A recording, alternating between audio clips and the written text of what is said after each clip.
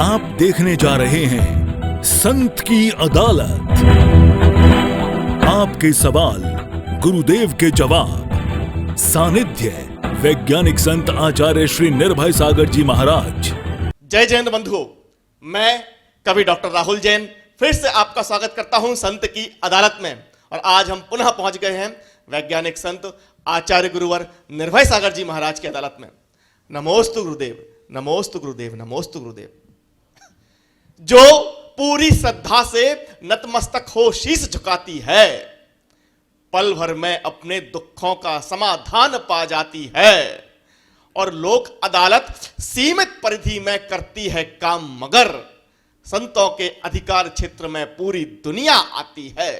संतों के अधिकार क्षेत्र में पूरी दुनिया आती है। और संत अदालत के अधिकार क्षेत्र में आज कोटा से चलकर श्रीमती मंजू जैन जी, धर्मपत्नी श्रीमान पारसमंत जैन जी यहां पर आए हुए हैं और संतों की अदालत में अपनी समस्या लेकर आए हुए हैं। तो आप दोनों का स्वागत करती है संत की अदालत। नमोस्तु आचार्य श्री। आचार्य श्री, आपने पिछले एपिसोड में प्राचीन धर्म के बारे में, जैन धर्म के बारे में बताया था। वो तो हमने सुना, लेकिन सबसे अच्छा धर्म कौन सा है? दुनिया में सबसे अच्छा धर्म कौन सा है?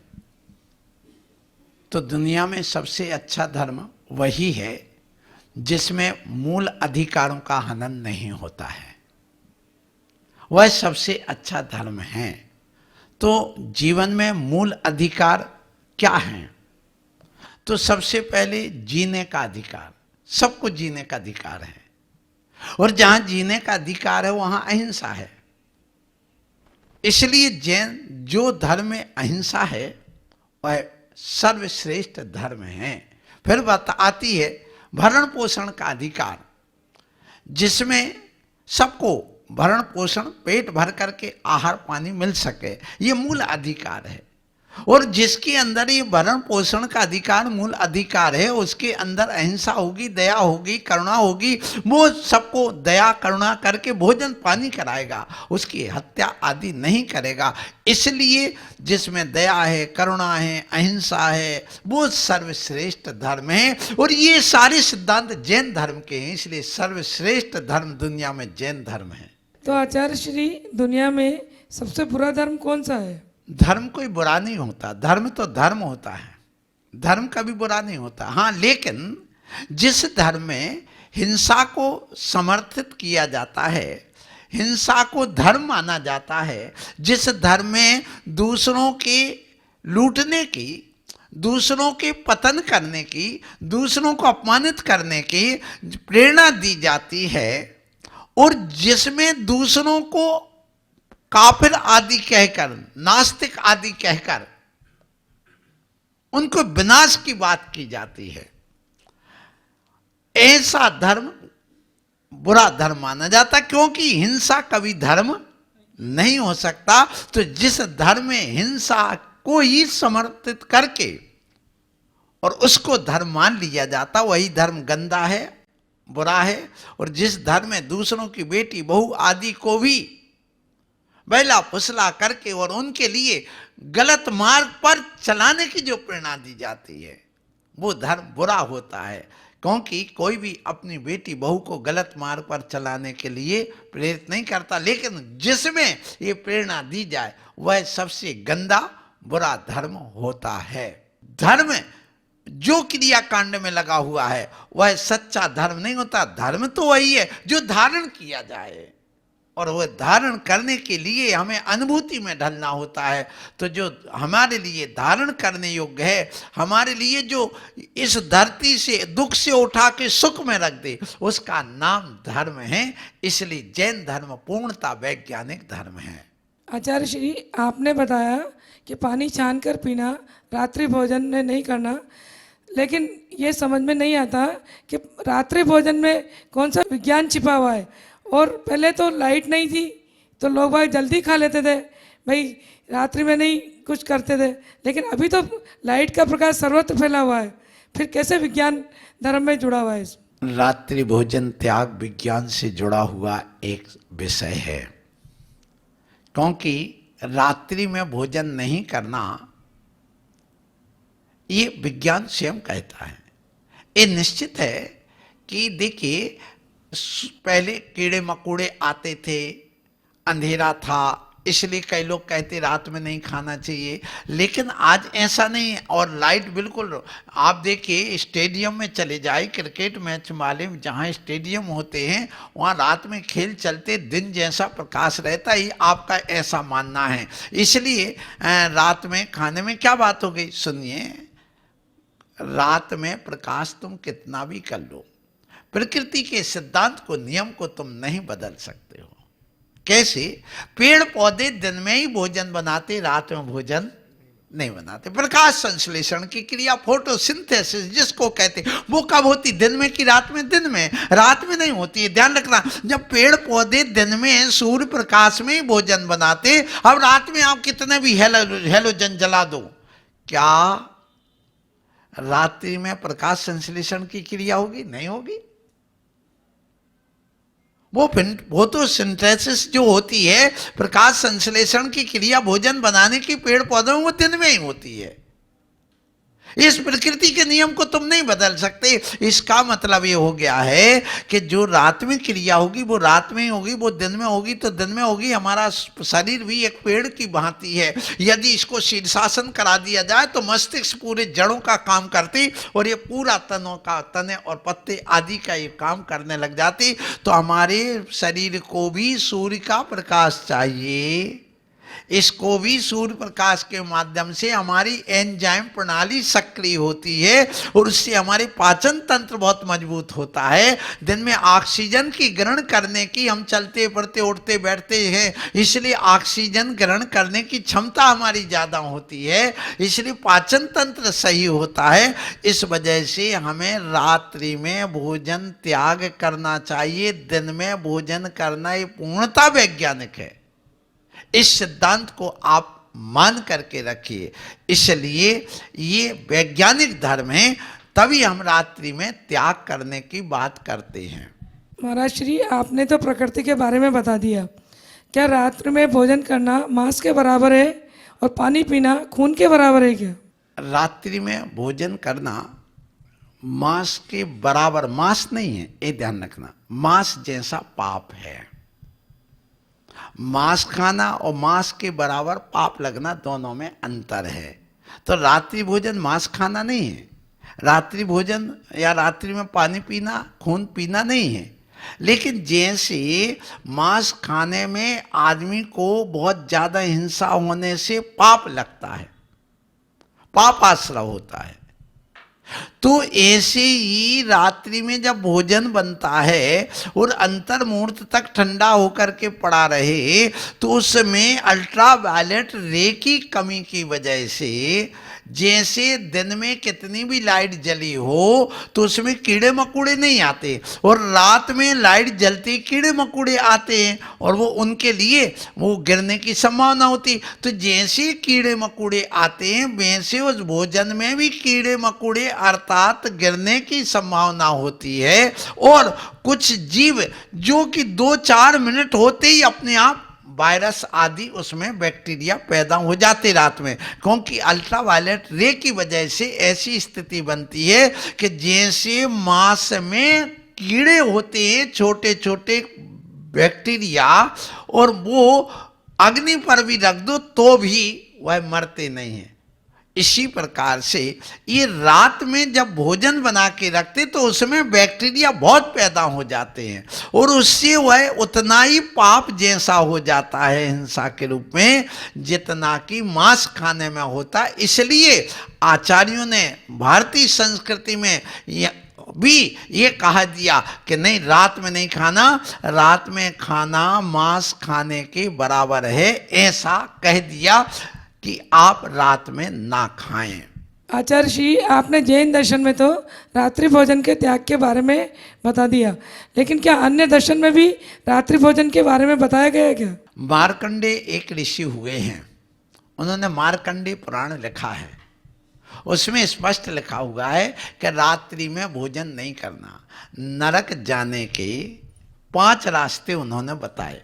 पहला रास्ता रात्रि भोजन, दूसरा रास्ता बताया पर स्त्री गमन, माने पराई स्त्रियों के साथ छेड़छाड़ बलात्कार आदि करना, ये दूसरा कारण बताया। तीसरा बताया अनंत कायिक जो जमी कंद वगैरह वो खाना भी उन्होंने नरक का कारण बताया। फिर उन्होंने कहा मांस खाना ये भी नरक का, और शराब पीना, ये उन्होंने नरक जाने के ये रास्ते बताए। तो वहाँ स्पष्ट लिखा हुआ कि रात्रि में भोजन नहीं करना चाहिए, और रात में भोजन करने से उस जीव को निगोद में जाना पड़ता, अर्थात ऐसी जगह जहाँ अनंत काल तक उसके लिए दुख भोगना पड़ता है।